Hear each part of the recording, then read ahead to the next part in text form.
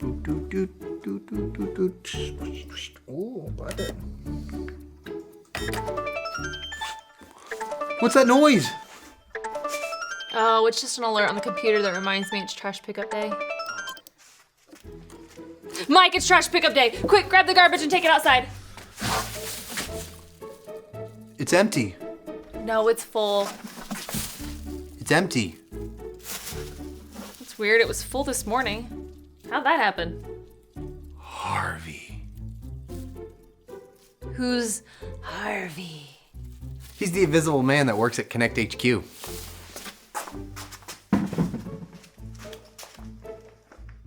Huh? We are Konnect HQ. Every day we help the people of the world. Live God's way. We look for the links. Make the connection. And you never know what might happen.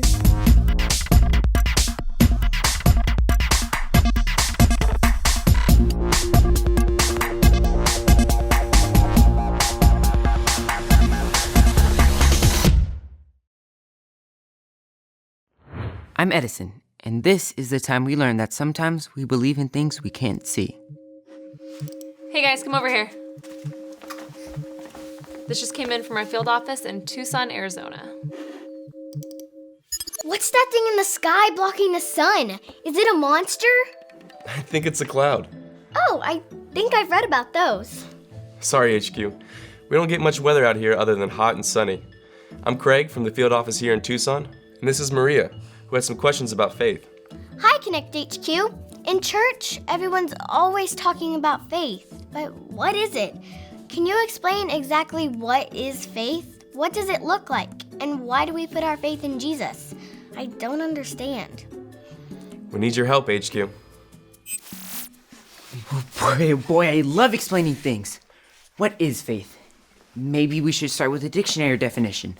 Or maybe we should start with a search of the computer's database for pertinent information. No, wait. Professor Malcolm. The Research and Development Group? The RAD group is always running experiments. Professor Malcolm can help me get to the bottom of what faith is. Yeah. Doesn't seem like Edison wants our help. In that case, maybe we should do some spring cleaning around here. Nah, that's Harvey's job. Not this again. There's no invisible man named Harvey working at HQ. You're probably right. Thank you. I just call him Harvey because I don't know his real name. No, that's not what I'm right about. No.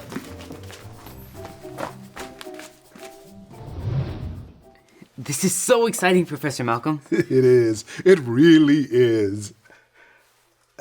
There. The first demonstration is ready. Hey, Professor Malcolm. You're just in time for a little experiment on faith. This is so cool. Now, Alissa, take a look at this delicious banana here. It just seems like an ordinary banana. It's not. When I open the peel, this delicious banana will already be sliced. I don't believe you. Maybe the RAD group has already developed genetically modified pre-sliced fruit. It just sounds like you're pulling my leg. So, you don't have any faith in what I'm saying. I don't. I do. I believe you.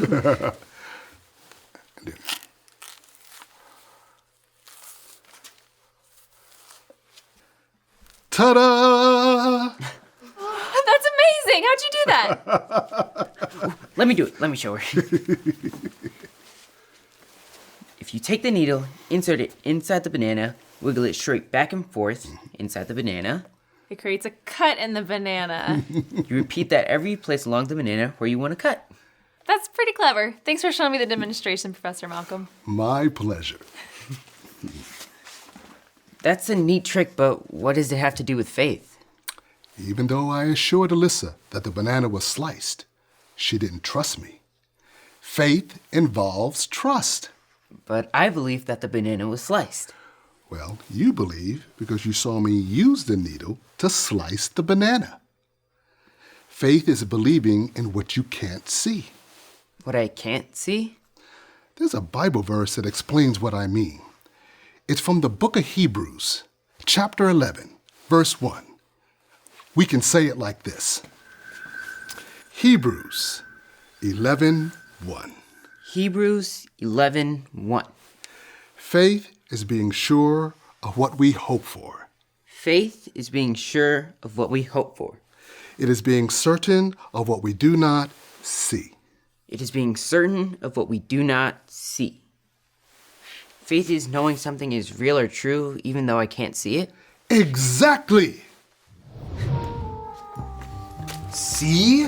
The floors have been mopped, the buttons have been polished, even the gunk between the keyboard keys has been removed. It's probably just Luke cleaning up. He likes a nice and tidy HQ.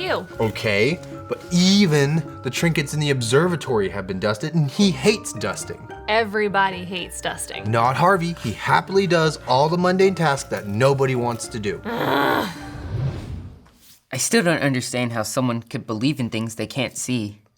And yet you do it all the time. No, I don't. I'm too logical for that. Allow me to demonstrate. For this next experiment, we'll use this banana here.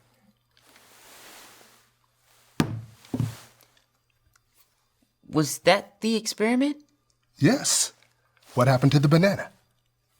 You let go of it, it fell, and it went plop. Why?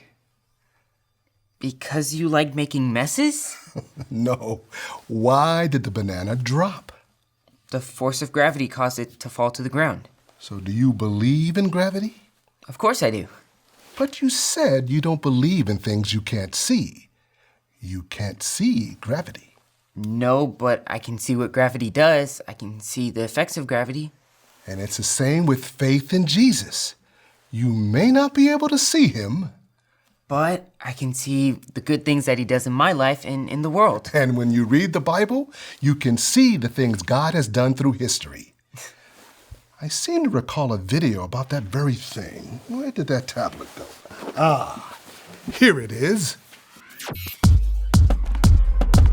This is his 66 picks mixed up into one. The books about God, who he is and what he's done. It's the Holy Bible, y'all, with God's truth packed out inside. It's alive, a prize to hide in your heart and in your mind. Old Testaments are set up for the big event when Jesus crashed the scene with a new arrangement. It's history, his story, whose story, God's story. Oh, the story of how much he loves me. Let him know all the pages, let this show go live. Let his word explode from this video into your life. In the beginning, God made everything. He made it perfect. He made us too in His image. He loves us and wants to have a relationship with us. Sadly, Adam and Eve disobeyed God. That sin brought death into the world and broke our relationship with God. It also broke God's perfect world. Sin spread throughout the whole world. Everyone sins, and the result of sin is death. But sin couldn't stop God from loving us. He had a plan. Because of His love for us, God sent His Son, Jesus, into the world. Sin broke our relationship with God, but Jesus came to fix it. Jesus healed sick people and performed many other miracles. He welcomed lonely people. He taught people about God's love. His perfect life shows us what love looks like. Even though Jesus never sinned, He died on a cross for our sins because He loves us. By doing this, He was carrying out God's plan to fix our relationship with Him. 3 days later, Jesus rose from the dead, breaking the power of sin and death. He spent time with His followers, teaching them. Then He returned to heaven. Now, Jesus lives forever. Jesus did not leave us alone. He sent His Holy Spirit to live inside everyone who trusts Him. The Spirit gives us power to live the way God created us to live. One day, when Jesus returns, God will make everything perfect again. He will make a new heaven and a new earth. everyone who trusts in Jesus will live with him forever. God loves you. He created you one of a kind. Trusting and following Jesus fixes our broken relationship with God. Are you ready to be a part of God's story? The Bible tells us some amazing things. And those things we believe when we have faith in Jesus. That's the story of the Bible. See? Wow. Have you ever seen such a lack of dust? Luke sure's been busy today. That's the thing. I checked the schedule. Luke isn't even here today. He's not. But then how? But then who? Harvey? Harvey!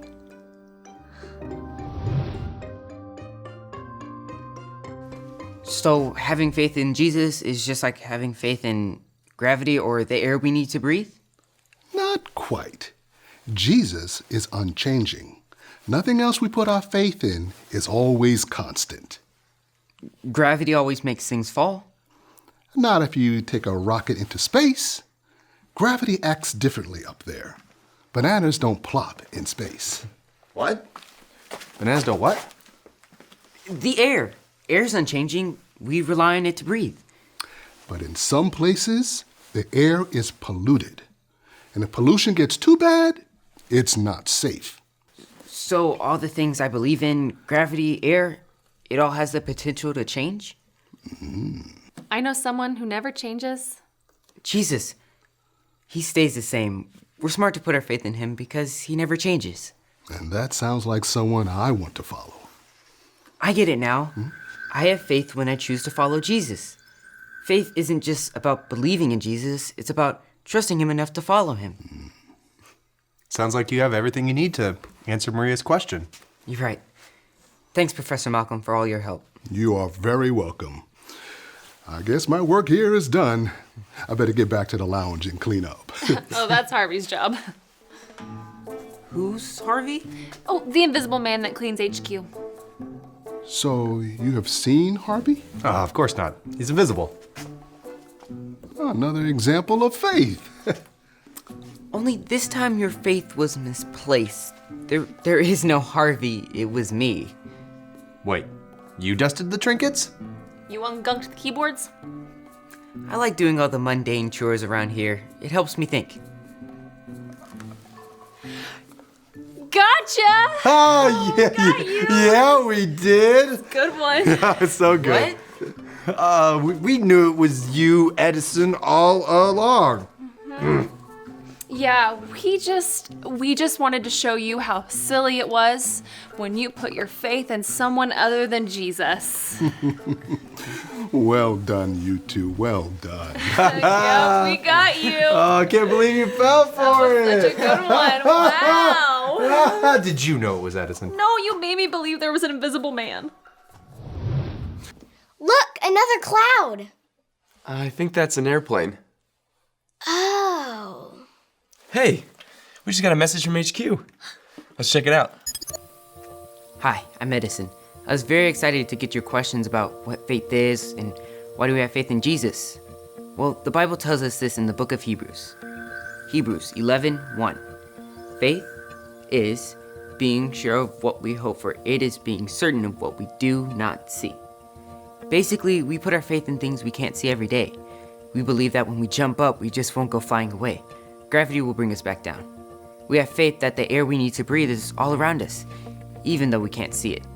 We can't see gravity or air, but we can see and feel what they do. It's the same with Jesus. We can't see him, but we can see what he has done in our lives and in history. When we read the Bible, we get to see Jesus' his story in action.